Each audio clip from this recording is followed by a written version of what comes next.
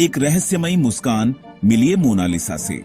यह पेंटिंग सदियों से कला प्रेमियों और इतिहासकारों के बीच चर्चा का विषय रही है। मोनालिसा को किसी परिचय की जरूरत नहीं है। यह पेंटिंग लियोनार्डो दा विंची की सबसे प्रसिद्ध कृतियों में से एक है। उसकी रहस्यमयी मुस्कान सदियों से दुनिया को मोहित करती रही है। यह मुस्कान जितनी साधारण दिखती है, उतनी ही गहरी और जटिल भी है। वह कला की बेताज बादशाह है। उसकी आंखों में एक अनोखी चमक है जो हर दर्शक को अपनी ओर खींचती है। पेरिस के लूव्र म्यूजियम में रखी वह हर साल लाखों दर्शकों को अपनी ओर खींचती है। यह म्यूजियम का सबसे बड़ा आकर्षण है। लियोनार्डो दा विंची की यह मास्टरपीस तुरंत पहचानी जाती है। यह पेंटिंग उनकी कला और विज्ञान की समझ का अद्भुत उदाहरण है। उसकी नजरें आपको कमरे के हर कोने में फॉलो करती है। यह एक ऐसा अनुभव है जो हर किसी को चौंका देता है। उसकी हल्की सी मुस्कान में कोई राज छुपा हुआ सा लगता है। यह मुस्कान हर किसी के लिए अलग अलग अर्थ रखती है। यह एक ऐसी पेंटिंग है जो आज भी हमें हैरान और रोमांचित करती है। यह पेंटिंग समय के साथ और भी महत्वपूर्ण होती गई है, लेकिन उसकी प्रसिद्धि 1911 में नई ऊंचाइयों पर पहुंच गई। यह वह समय था जब यह पेंटिंग चोरी हो गई थी। एक आम से लगने वाले गर्मी के दिन एक ऐसी घटना घटी जिसकी किसी ने कल्पना भी नहीं की थी। यह घटना कला जगत में एक बड़ा भूचाल लेकर आई। मोनालिसा लूव्र की दीवारों से गायब हो गई। यह चोरी एक रहस्य बन गई। इस चोरी ने पूरी दुनिया को हिलाकर रख दिया। हर कोई इस घटना से स्तब्ध था। ये रातों रात सनसनी बन गई। अखबारों में इस घटना की खबरें छाई रहीं। किसी को नहीं पता था कि यह चोरी कला के इतिहास का रुख हमेशा के लिए बदल देगी। यह घटना मोनालिसा की प्रसिद्धि को और भी बढ़ा गई। मोनालिसा के महत्व को समझने के लिए हमें पहले उसके रचयिता को समझना होगा। लियोनार्डो दा विंची एक ऐसा नाम जो कला और विज्ञान दोनों में समान रूप से प्रतिष्ठित है।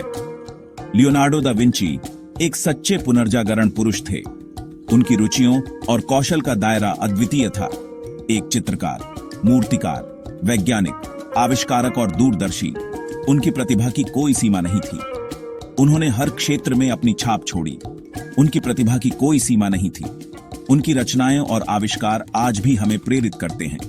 1452 में जन्मे दा विंची की कभी न बुझने वाली जिज्ञासा ने उन्हें कई विषयों का पता लगाने के लिए प्रेरित किया।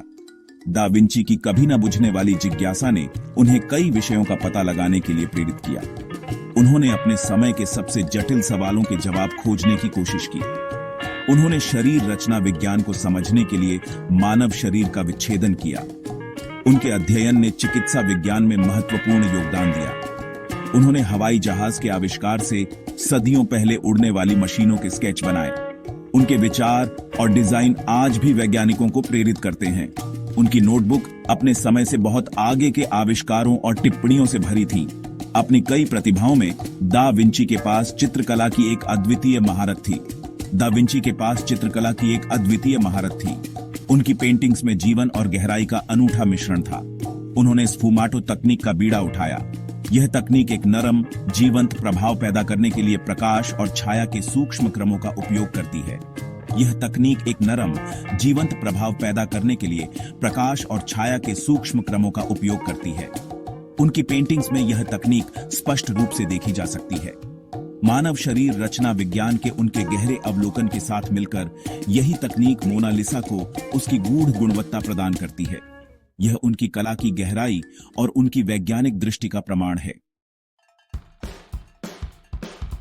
21 अगस्त 1911 की सुबह कला जगत की सांसें थम गई। मोनालिसा गायब थी। लूव्र की सबसे प्रतिष्ठित गैलरी सैलून कैर में अपनी जगह से चोरी हो गई। यह चोरी अपनी सादगी में दुस्साहसी थी। विंसेंजो पेरुगिया, एक इतालवी अप्रेंटिस जिसने लूव्र में काम किया था, उसने पेंटिंग को अपने कोट के नीचे छिपाकर संग्रहालय से बाहर चला गया। उस समय लूव्र की सुरक्षा चौंकाने वाली ढंग से ढीली थी। गार्ड बहुत कम थे। संग्रहालय में कोई अलार्म सिस्टम नहीं था। पेरुगिया का अपराध कला जगत के लिए एक चेतावनी थी। इसने सबसे बेशकीमती संपत्ति की भी भेद्यता को उजागर किया। विंसेंजो पेरुगिया कोई साधारण चोर नहीं था। वह लालच या व्यक्तिगत लाभ की इच्छा से प्रेरित नहीं था। इसके बजाय वह देशभक्ति की एक उत्कट भावना से प्रेरित था। पेरुगिया का मानना था कि मोनालिसा का असली हक इटली में है। वह उसे नेपोलियन बोनापार्ट द्वारा नेपोलियन युद्धों के दौरान चुराया गया एक राष्ट्रीय खजाना मानता था। उसके दिमाग में वह चोर नहीं बल्कि एक देशभक्त था जो मोनालिसा को उसके असली घर लौटा रहा था। 2 साल तक पेरुगिया ने मोनालिसा को पेरिस में अपने छोटे से अपार्टमेंट में एक ट्रंक में छिपा रखा। उसने उसे इटली वापस करने के सही मौके का धैर्यपूर्वक इंतजार किया। भाग 5। मोनालिसा का गायब होना, मीडिया में हंगामा। मोनालिसा की चोरी की खबर जंगल की आग की तरह फैल गई। दुनिया भर के अखबारों ने इस खबर को अपने पहले पन्ने पर छापा। जनता मंत्रमुग्ध थी। इतनी प्रसिद्ध पेंटिंग कैसे हवा में गायब हो सकती है? कई तरह के अनुमान लगाए जा रहे थे। कुछ लोगों ने अनुमान लगाया कि पेंटिंग आग में नष्ट हो गई थी। दूसरों को एक विस्तृत बीमा घोटाले का संदेह था। पुलिस हैरान थी। उन्होंने संग्रहालय के कर्मचारियों से लेकर जाने माने कला चोरों तक सभी से पूछताछ की, लेकिन कोई सुराग नहीं मिला। इस बीच लुव्र अराजकता में डूब गया था। जांच शुरू होने तक संग्रहालय ने 1 हफ्ते के लिए अपने दरवाजे बंद कर दिए। जब यह फिर से खुला तो हजारों लोग उस खाली जगह को देखने के लिए उमड़ पड़े जहां कभी मोनालिसा टांगी रहती थी। भाग 6। सुराग, सिद्धांत और मृत अंत, जांच पड़ताल। मोनालिसा के लापता होने की जांच लंबी और घुमावदार थी। यह एक ऐसा रहस्य था जिसने न केवल कला जगत को बल्कि आम जनता को भी झकझोर कर रख दिया था। पुलिस ने अनगिनत सुरागों का पीछा किया, लेकिन हर एक मृत अंत की ओर ले जाता प्रतीत हुआ। हर सुराग एक नई दिशा में ले जाता, लेकिन अंत में निराशा ही हाथ लगती। इस मामले ने जनता की कल्पना पर कब्जा कर लिया। लोग अखबारों में हर नई जानकारी को पढ़ने के लिए उत्सुक रहते थे और लूव्र के बाहर भीड़ जमा हो जाती थी। शौकिया जासूस सामने आए, अपने अपने सिद्धांत और समाधान पेश किए। हर कोई इस रहस्य को सुलझाने की कोशिश में लगा था, चाहे वह पेशेवर हो या आम आदमी। सबसे दिलचस्प संदिग्धों में से एक पाब्लो पिकासो था। उनकी कला और व्यक्तित्व ने उन्हें एक संभावित संदिग्ध बना दिया था। प्रसिद्ध चित्रकार चोरी के समय पेरिस में रह रहे थे। उनके पेरिस में रहने के कारण उन पर शक की सुई घूमी। वह अपनी अवांट गार्डे कला और पारंपरिक कला रूपों के प्रति अपने तिरस्कार के लिए जाने जाते थे। उनकी कला ने पारंपरिक कला प्रेमियों को चौंका दिया था। पुलिस ने उनसे विस्तार से पूछताछ की, लेकिन अंततः उन्हें किसी भी संलिप्तता से मुक्त कर दिया गया। पिकासो ने अपनी बेगुनाही साबित कर दी। जैसे जैसे महीने सालों में बदलते गए, मोनालिसा को खोजने की उम्मीद कम होने लगी। समय बीतता गया और रहस्य और गहरा होता गया। कोई सुराग नहीं बचा था। जांचकर्ताओं के पास अब कोई नई दिशा नहीं थी। दुनिया ने इस संभावना के साथ खुद को इस्तीफा दे दिया था कि यह उत्कृष्ट कृति हमेशा के लिए खो गई है। कला प्रेमियों के दिलों में एक खालीपन सा आ गया था। भाग 7। एक प्रतीक की वापसी, एक राष्ट्र आनंदित होता है।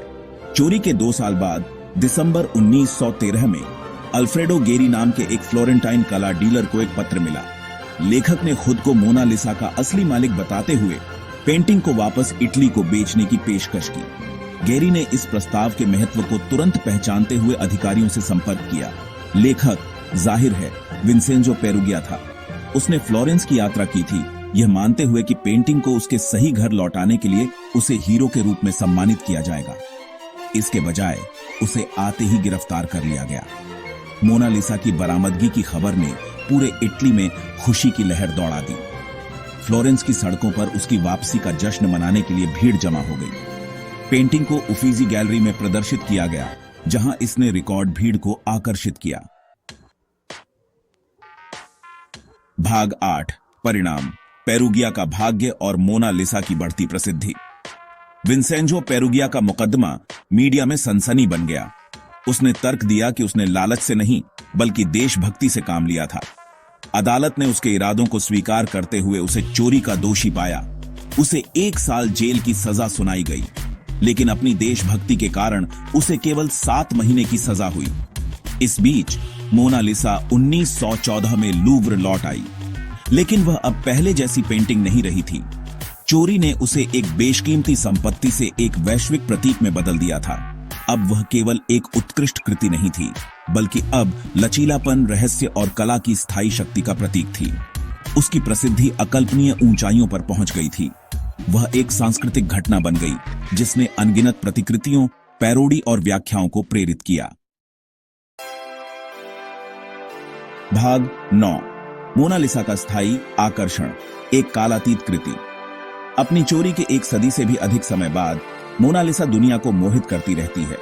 उसकी रहस्यमयी मुस्कान, उसकी जानकार निगाहें और उसके रचयिता की उत्कृष्ट तकनीक हमें आज भी मोहित और रोमांचित करती है। लियोनार्डो दा विंची की उत्कृष्ट कृति समय और स्थान से परे है। वह मानव रचनात्मकता और सरलता का प्रतीक है। मोनालिसा की चोरी एक अपराध होते हुए भी अंततः कला इतिहास में उसका स्थान मजबूत करने का काम किया।